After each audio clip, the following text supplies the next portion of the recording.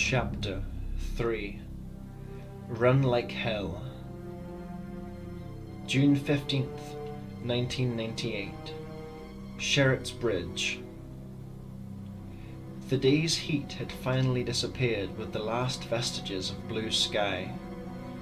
The smudge-coloured clouds continued their relentless march out of the west and crowded the fiery sun as it drew down to the horizon, painting the evening sky a violently magnificent range of oranges and purples. The thunderheads glowed steadily with sheet lightning, and the wind gusted down the valley, whipping dust and grit into the faces of the sparse pedestrian traffic. Over the wind, thunder boomed like artillery. The wildlife, far more attuned to nature than their Homo sapien brethren, had disappeared into their nests and burrows, prepared to wait out the oncoming storm. The weather meshed perfectly with Ben Connor's state of mind as he burrowed across the old iron bridge. He tilted his head to the storm clouds, ran a distracted hand through his hair, gave his head an angry shake, and jerked his fist back down, punching the steering wheel. The horn gave a frightened beep, and the SUV jerked over to the shoulder. God damn it! He grabbed the wheel with both hands. The Jeep straightened out and continued gaining speed. God damn you, Darry. God damn that greedy asshole Hodges. God damn that prissy kraut Dressler. Ben's hands tightened on the wheel. He tromped on the gas pedal and blew the doors off a sun-faded Volkswagen Rabbit, driven by a bent-old man with Coke bottle glasses. And goddamn you, you old fat bag, he grunted as the compact car disappeared in his side view mirror. He grabbed at his cell phone and hit redial. After 4 rings, a recorded message cut in. The cellular customer you are calling is out of our service area or unable to answer your call. Please hang up and try your call again. This is a recording. God damn it! He flicked the phone shut, tossing it onto the passenger seat. Ben fumed silently. His meeting with Ruth Hodges' son hadn't ended as expected. Not only had Bert Hodges turned down Dressler's offer, $7,000 lower than listing price, but minutes later, Joan Solomon from Century 21 had intercepted him and delivered an offer for the full amount. Naturally, Hodges accepted the offer. His parents probably bought the place for $15,000. That bloodsucker is squeezing Mummy's estate for every penny he can get. Prick!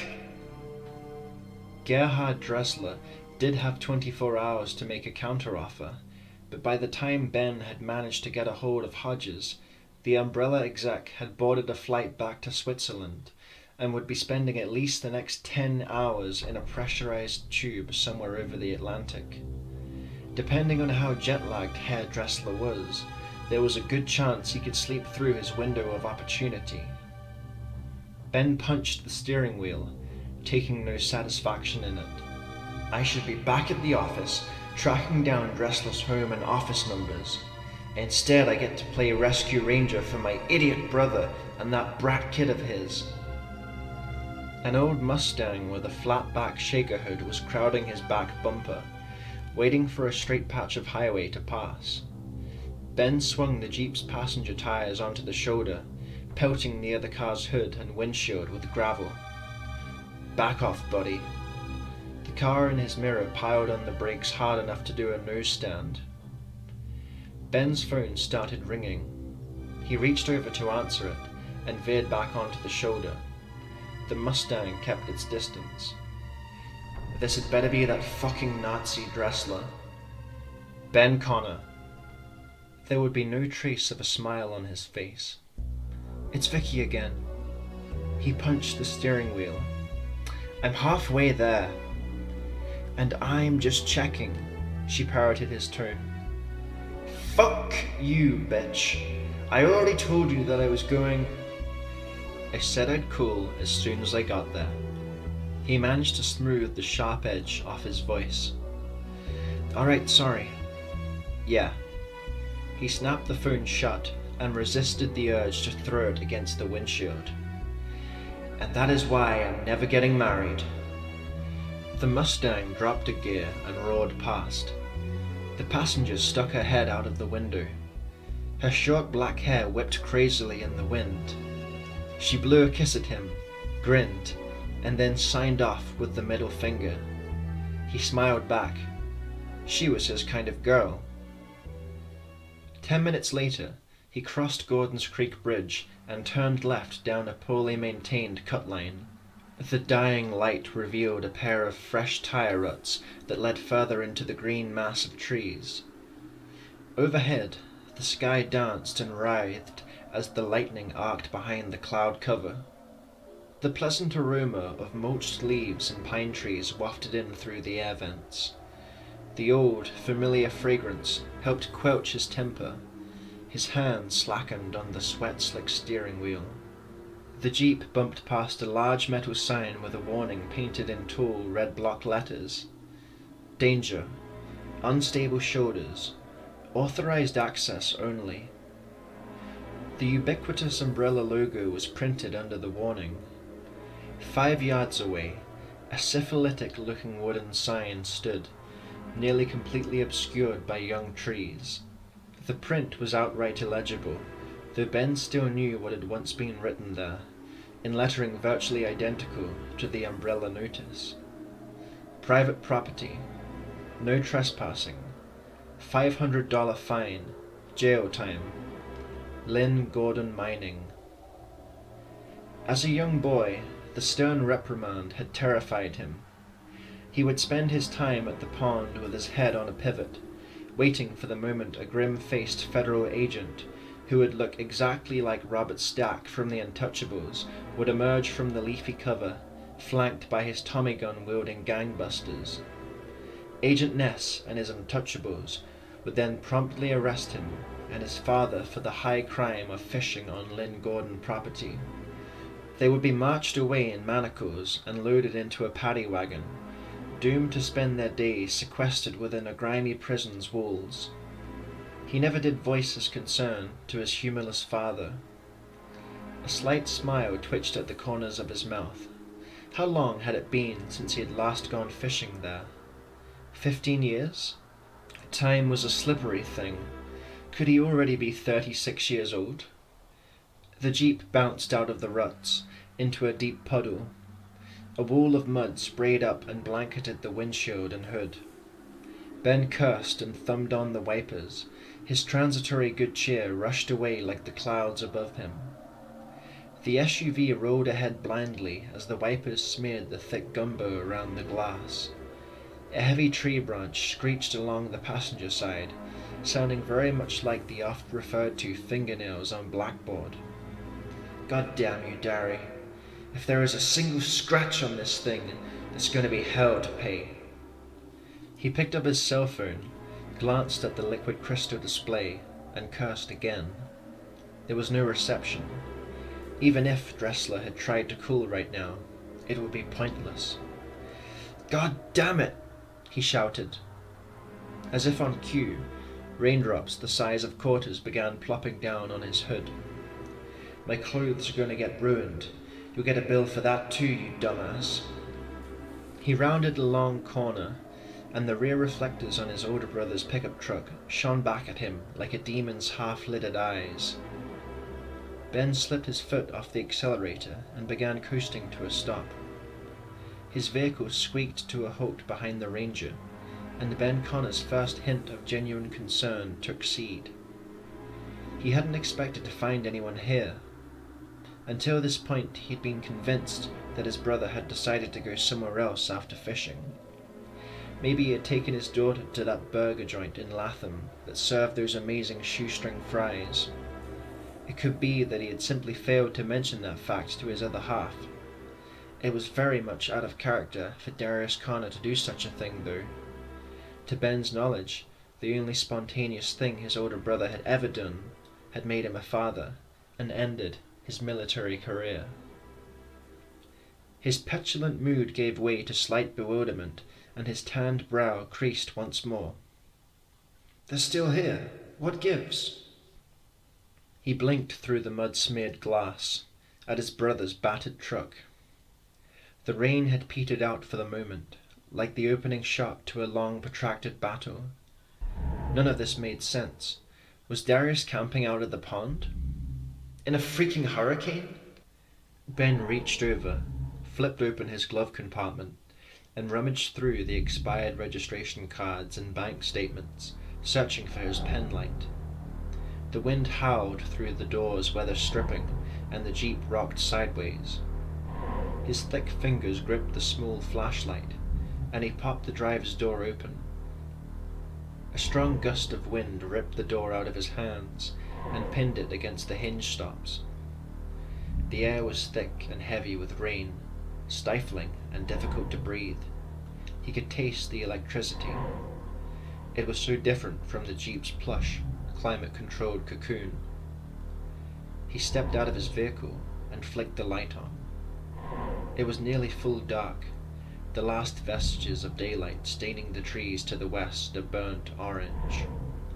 A streak of lightning shot out and illuminated the 3 slabs of granite his father had placed at the cut-line's entrance ages ago. He cast the light down the game trail and felt his hair flip and twist in the wind. The pomade had finally conceded defeat. He started down the trail, bent over as the storm fired another volley of oversized raindrops. The tails of his tweed coat twisted behind him. Gerhard Dressler and 1203 Beach Street were shoved to the fringes of his thought process. This doesn't make any sense at all. He trudged along, peering through squinted eyes as rain pelted his face. His loafers squished through wet leaves and mud. The shoes were expensive and well looked after, though at the moment he was unaffected by the state of his footwear. "Dari?" he shouted over the storm. "Maddie?" He brushed past an immature poplar sapling and stepped into the clearing. Connor's Pond, as he had once proudly branded it, was dead ahead, the water broken and peaked by the wind, reflecting the electric sky. It looked like a television jammed between stations. He could see his brother's tackle box and army rucksack plopped together near the shore. "Guys?" Ben spun around in the rain, casting the pitiful light in all directions. He paced the small clearing, now fully drenched. His worry was quickly blooming into panic. He stalked the tree line, and then stopped at the obvious path that had been cut through the grass in deadfall. "Hey, where are you guys?" A thunderclap nearly drowned him out. He called out again and picked his way through the trees. Lightning strobed regularly. He could make out an indistinct white shape ahead. He brushed tree limbs aside, making his way through the woods with an eager haste. A springy pine bough, which must have been bent earlier in the day, sprang back at him, raking across his right eye. "Ow! Fuck!" His entire face felt as if it were on fire. He brought a hand up to the scratches and rubbed furiously at them. The cold rainwater felt like millions of tiny needles. He lurched forward, one hand at his face, the other holding the light. The white shape gained detail, became recognizable. His hands fell to his sides as he gaped at his older brother's mangled remains. "Dari? Oh, God, Dari?"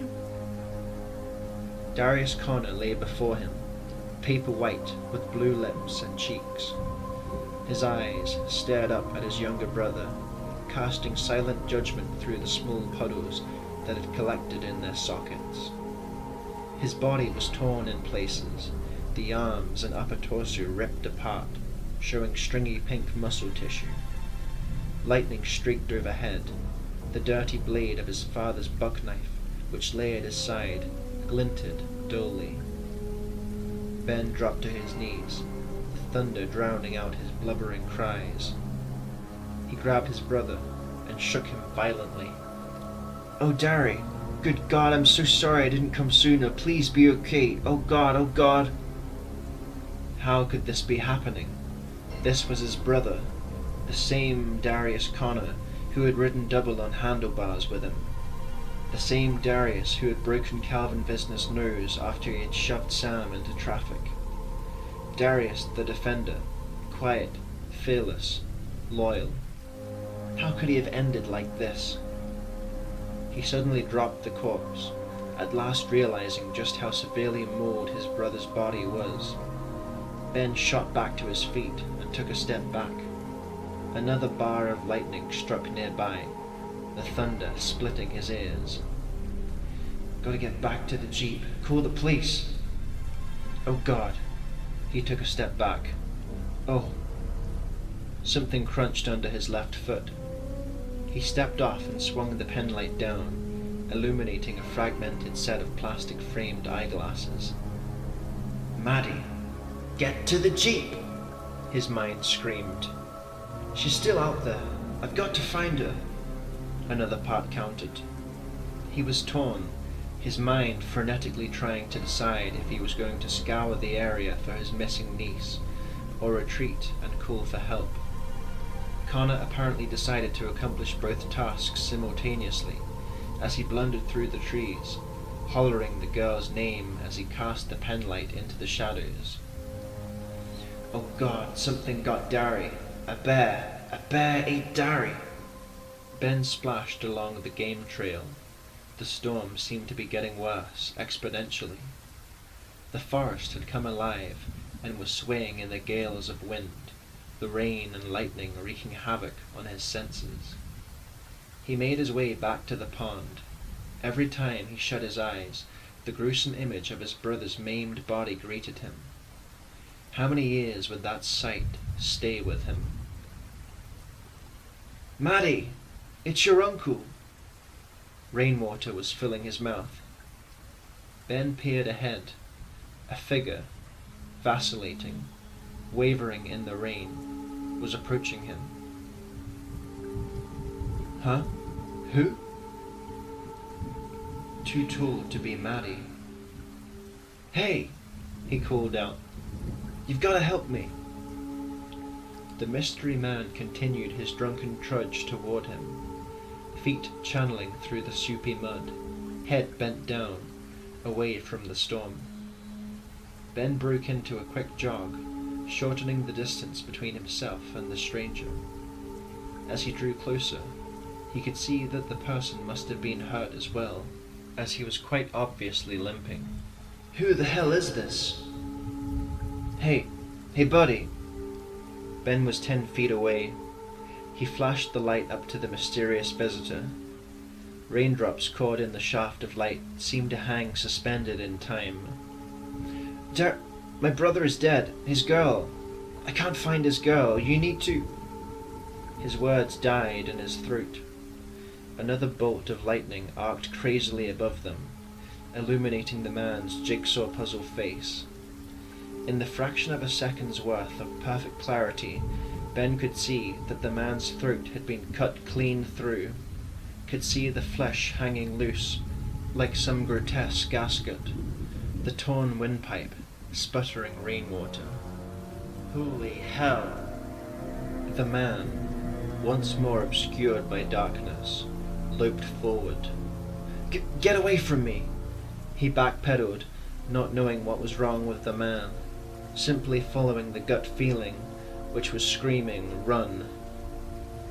The stranger sped up and lunged forward.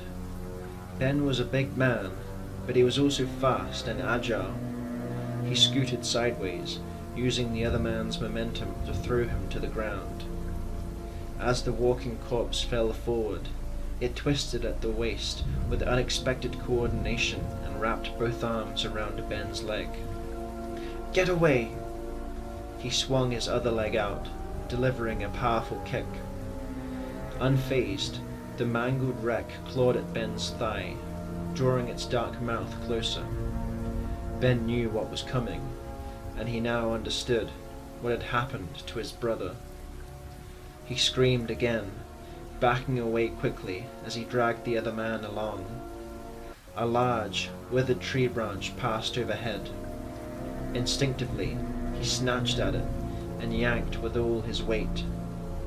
The tree was long dead, a frail skeleton waiting to be toppled over by a strong wind.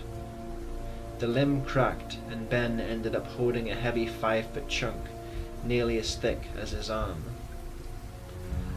He swung the bludgeon downward, with all 240 pounds of his weight behind it. The branch exploded into tinder-sized chunks as it connected with the other man's face. The creature's head jerked violently to the right, and a large section of skin sloughed off and flopped away like a discarded handkerchief. Ben continued his attack, swinging the rapidly disintegrating mole repeatedly in a berserker rage he had not felt since his days in college football. Rainwater slicked off the exposed sections of the pale man's skull. "Die!" he shouted over and over. He would soon be beating the other man with his bare hands. Kill it! Kill it! Kill it! His mind was wholly occupied with destroying the man from the woods. Remarkably, the creature still had one hand clutched to Connor's calf. The other arm, dislocated at the shoulder, flopped on one of his mud-caked loafers. The rain beat down on him. The howling wind and thunder eliminated all other auditory input. Ben Connor did not sense another shape draw close behind him. He didn't hear the hungry moan, less than a foot behind his ear. He barely noticed the frail arm wrap around his thick stomach. His war cry cranked up an octave as the explosive hammer blow of pain tore down the right side of his body. His knees buckled and his feet jerked. As he fell, he caught a final glimpse of Connor's pond.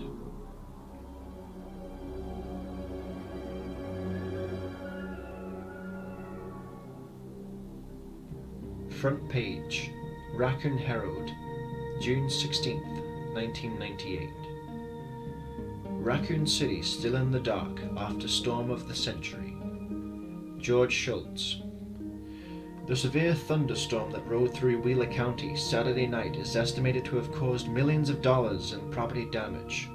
In the early morning, hundreds of homes and businesses in the northeastern section of Raccoon City are without power, and fire crews are still attempting to control the blaze at the abandoned warehouse in northern Meadow Street. A spokesman